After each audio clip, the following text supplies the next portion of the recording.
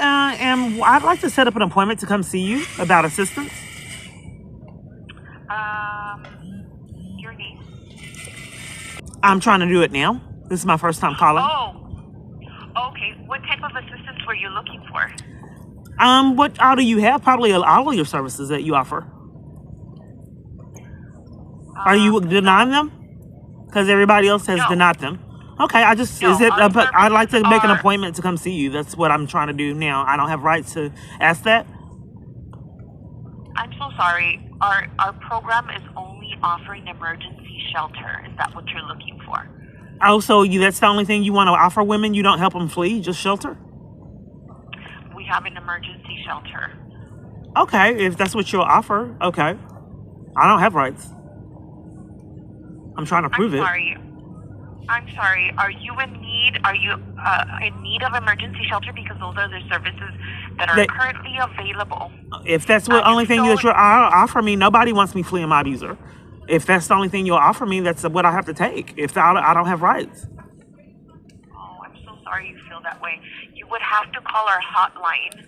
Okay, call another. Okay, do you have something to write with? Let me get a pen. It's so difficult now. They don't transfer you. You have to call numbers, and they're telling you what they're going to give you. It's so much coercive control. They are telling you the services, and then you can't get them. They're a fool, and they're only offering what they can sabotage. It's my abuser's controlling it, ma'am.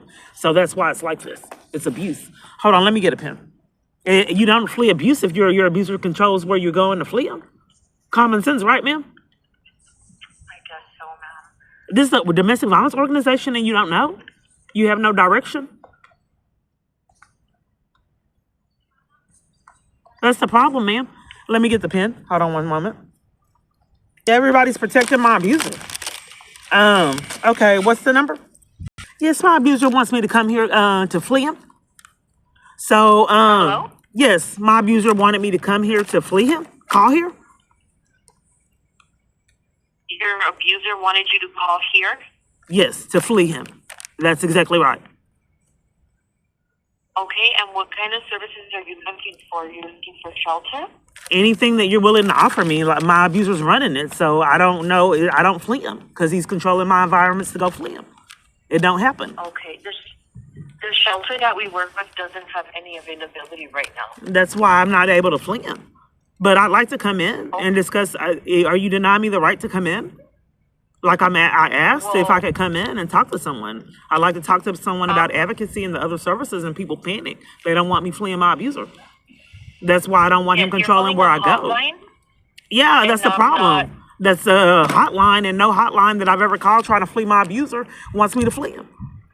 But are you depriving me of my right to come in and talk to an advocate and get direction? No, absolutely not. Oh, okay. No, now it has all changed. You used to could come in and you're a crisis. Now they want you to make an appointment to control who you talk to get nowhere. I've never seen anything like it. And then they set your appointments a month away, a week away, and leave you in danger. It's all changed. So, yeah, I'd like to set an appointment. I don't know why you got to set an appointment now. The women are in crisis situations. It's a crisis line, and they want you to set appointments to not get killed. Any domestic violence agency and walk into their main office. No, they're not treating me that way. They have a different scam for me since it's my abuser's controlling it. And police have came and arrested me and assaulted me and hauled me off at numerous locations. You can definitely walk into any No, ma'am. office. I'm not really being heard on the crisis line. The police have arrested me numerous times trying to flee abuse with some assaults. That I don't know how to tell the crisis line how my abuse is. Hello? Yeah, I don't know how to tell the crisis line about my abuse because they get upset and cover for it. On the crisis line. I have to put you on a quick hold. You have to put me on a quick hold? Okay, crisis line. On a quick hold. Okay, crisis line.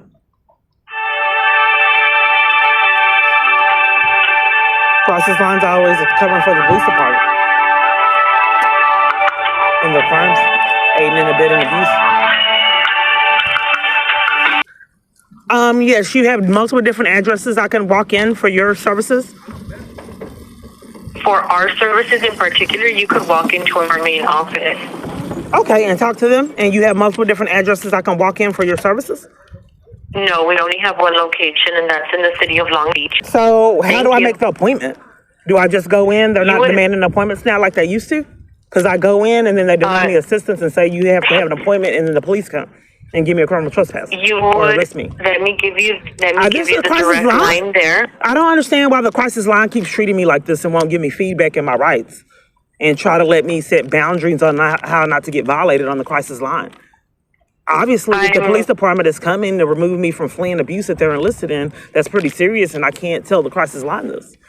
On any crisis line I'm communicating contact on. numbers. But I'm on the phone with that you if on the you- crisis line, and you're interrupting me speaking, looking for direction on how to flee the abuse. Now, if my abuser, the police department is coming to remove me, I don't want them. I wanted you to be prepared of their corruption in case they come and try to arrest me there in front of you like they did at New Beginnings with an assault. In Garland, Texas, that domestic violence organization. You guys are supposed to be helping me and advocating and protecting me, not witnessing abuse and letting me sit in it as a domestic violence organization. So in case they commit crimes, I would like... I'm so sorry. Well, we need to, with the appointment that I'm trying to set up with you, I want you to be aware, and your director and people involved, that the police department may try to come and do like they've been doing in other locations. And we need to set up a safety plan and something to protect me against that. Not just let me sit in it like everyone else did. So if they come, what are you going to do to help protect me? What do I do when they keep coming to domestic violence organizations and having you guys not help me and give me criminal trespasses and sometimes taking my freedom? I'm so sorry. I'm not aware of what has happened in the past. I'm a hotline You're not aware, and I'm telling you that? How are you going to advocate if you don't want to hear it and you're covering for it everywhere I call? How everywhere I'm at is saying that they're not aware, and I'm telling them. And Metro did it the other day. They're doing it so they don't get criminal charges. If they're saying that they're not aware, then they're not aiding and abetting it because they're scamming that they don't know. But I'm telling them. I'm so sorry. I have to put you on a quick hold. You have to put me on a hold, ma'am? It is so hard to flee abuse. Yes. I've been trying almost a decade. I'm so sorry. I have to put you on a quick hold. You have to put me on a quick hold and get your story straight? Okay, ma'am. This is how it is when your abuser sets up where you go to flee. How's that working for me? Anything else? You had and you put me on hold during to distract on the questions I was asking you. All these years, no one wants me to have feedback. I provided you with the addresses that you requested. But this is a crisis line. You didn't give me feedback, and I'd like to be reassured that you won't let police come commit a crime or arrest me and intimidate me for trying to flee abuse. I can't guarantee anything like that. Oh, okay. Well, that's how it is. Okay, sorry about that. But okay, you said I can come in, and you can if you witness a police brutality. You just have to cover for it. I don't know what would happen when you walk in. I'm not there. Right, but I'm trying to get an understanding. If you witness police brutality, removing someone from safety, you just sit there and let it happen. There's no mandatory reporting. Know where I'm at? I don't. Again, I'm not familiar with your case. Okay, so I don't know why the police would come and arrest you, so I can't give you that feedback. But I just want to make sure that you guys won't aid and abet their crimes, and if you see me get violated by law enforcement, that you will, do your mandatory reporting. And call someone to help me, and not just sit there and look at it. Let's figure it out before I make the appointment. I can't answer that question. You don't, at a domestic violence organization, you don't know if you're going to cover for domestic violence in your face? Hold on. I want to make sure I understand. You don't know at a domestic violence organization if my domestic violence is brought there, if you'll do anything about it. I'm going to disconnect the call because you're very aggressive. And you're slandering me now to cover for it? Now you're slandering me because if you don't want to give me feedback, if you witness domestic abuse in your face on what you'll do regarding it at a domestic violence organization, if my abuser brings it there like he's always been doing, you don't know if you'll be an accomplice? And you got to go because you don't want to answer that question? Hello? That's how it's been. This is exactly how it's been.